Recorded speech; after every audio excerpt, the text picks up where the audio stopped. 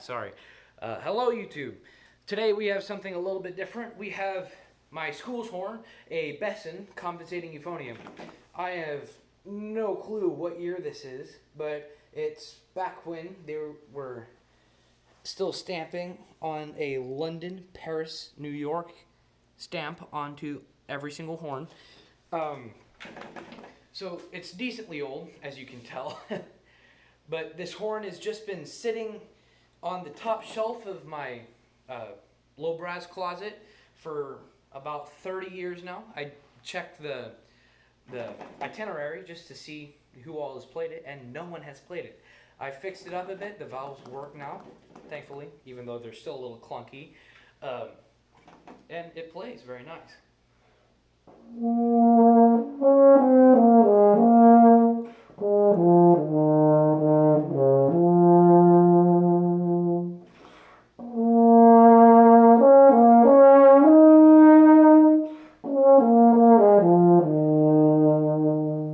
So, as you can tell, it's a pretty warm tone for an old-fashioned euphonium. Now, the biggest problem I had with this horn when I first looked at it and started to clean it up and stuff is that it is not a small shank. It is not a large shank, but it's a European shank. So I have to use this special adapter on my small shank mouthpiece to get the European shank size. And this mouthpiece I normally use for euphonium is a King M21. It's actually normally used by trombone players playing in a large big band. Not a large big band, that was dumb. Just any big band setting, just playing lead. So here's me playing a little bit more.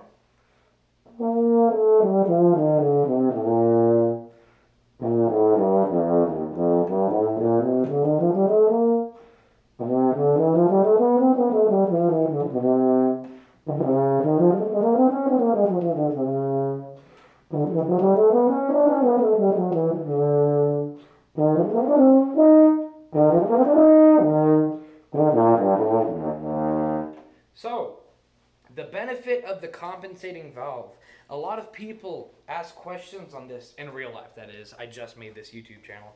So, they always ask, why on earth is your valve down here rather than up here where most other fourth valves are? I explain to them that is a compensating horn.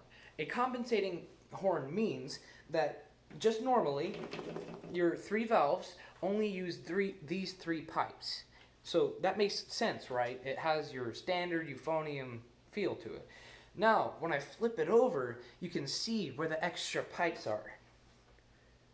You see these here?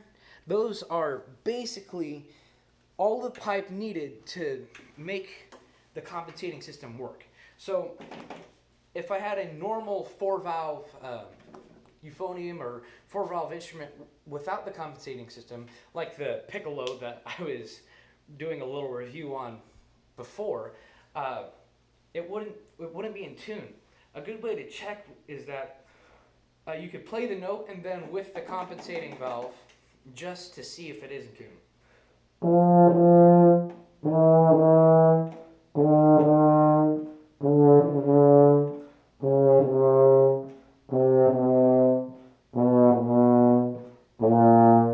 And that one is obviously the natural fundamental, B flat. Now, if anything, you want to tune the compensating slides just a little bit flat so you don't have to worry about changing your mouthpiece every single time you play. So here's a B flat scale down to pedal B flat.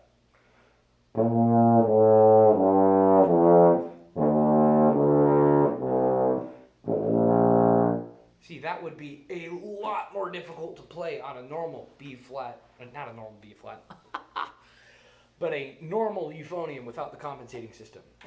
There's one more thing I want to touch on this horn before we go on.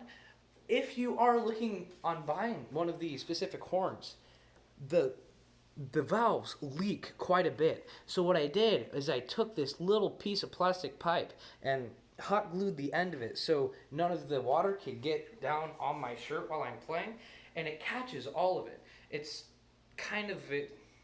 basically a spit catcher. And what you can do is that whenever it gets full, just tilt it over and it's empty. So I'll leave you with a little bit of me playing Happy Birthday. See